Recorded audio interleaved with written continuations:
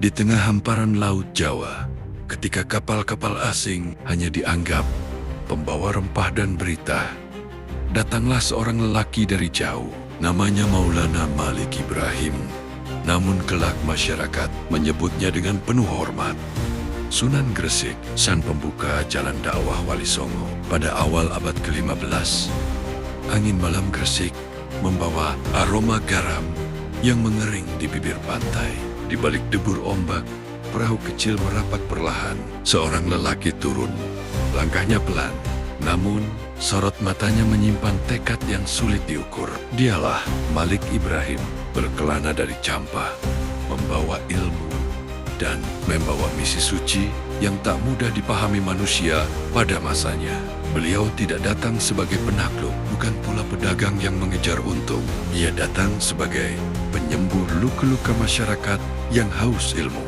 Di sebuah kampung kecil, ia mendirikan rumah sederhana dan mulai mengobati orang-orang sakit. Luka-luka yang tak pernah sembuh, demam anak-anak, hingga penyakit kulit yang menakutkan. Semuanya dihadapi Malik Ibrahim dengan sabar, seolah ia memiliki kasih sayang tanpa batas. Namun, tidak semua orang percaya. Pada masa itu masyarakat masih kuat memegang kepercayaan Hindu-Buddha, dan ajaran asing dianggap ancaman. Beberapa orang menuduhnya membawa sihir, bahkan mencoba mengusirnya dari kampung. Tapi Malik Ibrahim tidak membalas dengan marah.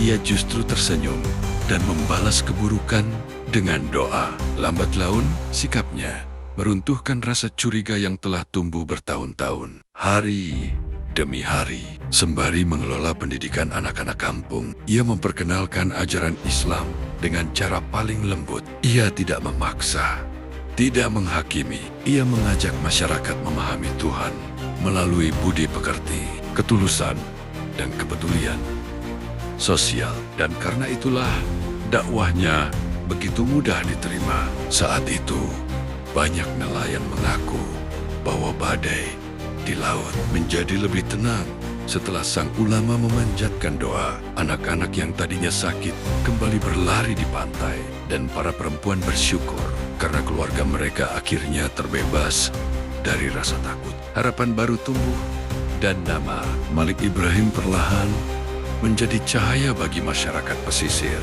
Tahun demi tahun, murid-muridnya bertambah. Mereka bukan hanya belajar tentang agama, tetapi juga cara mengolah lahan, berdagang jujur, dan memperbaiki kehidupan. Malik Ibrahim bahkan mengajari para petani menanam bibit baru yang membuat panen melimpah. Masyarakat mulai memahami bahwa ilmu yang beliau bawa tidak hanya menyentuh langit, tapi juga menyentuh tanah dan kehidupan sehari-hari. Namun suatu hari, tubuh sang wali mulai melemah. Usianya semakin renta, nafasnya pelan, seakan dihembuskan angin pantai yang semakin dingin. Masyarakat Gresik berkumpul di depan rumahnya, mencoba menahan air mata. Mereka tahu cahaya yang menerangi hidup mereka perlahan meredup. Dengan suara yang hampir tak terdengar, beliau berkata kepada para muridnya, "Jangan pernah memaksakan kebenaran. Sampaikanlah yang hak dengan akhlak, karena akhlak adalah kunci hati manusia." Kata-kata itu menjadi wasiat yang kelak diwarisi seluruh Wali Songo dalam menyebarkan Islam di Nusantara. Ketika fajar datang di pagi berikutnya, Sunan Gresik menghembuskan napas terakhir. Alam seolah ikut berduka. Riak ombak menjadi pelan, dan angin laut turun seperti puisi yang kehilangan bait akhir. Masyarakat menangisi kepergiannya. Mereka menyadari lelaki yang dulu dianggap asing kini telah menjadi ayah, guru, dan pelindung bagi seluruh jiwa yang pernah disentuhnya. Beliau dimakamkan di daerah Leran, Gresik, dan hingga kini tanah itu tidak pernah sepi peziarah.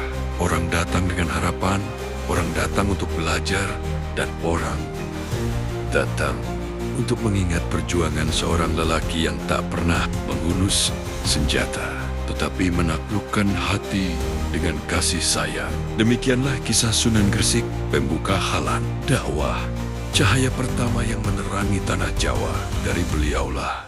Jejak Islam mulai mengakar bukan dengan pedang, melainkan dengan cinta,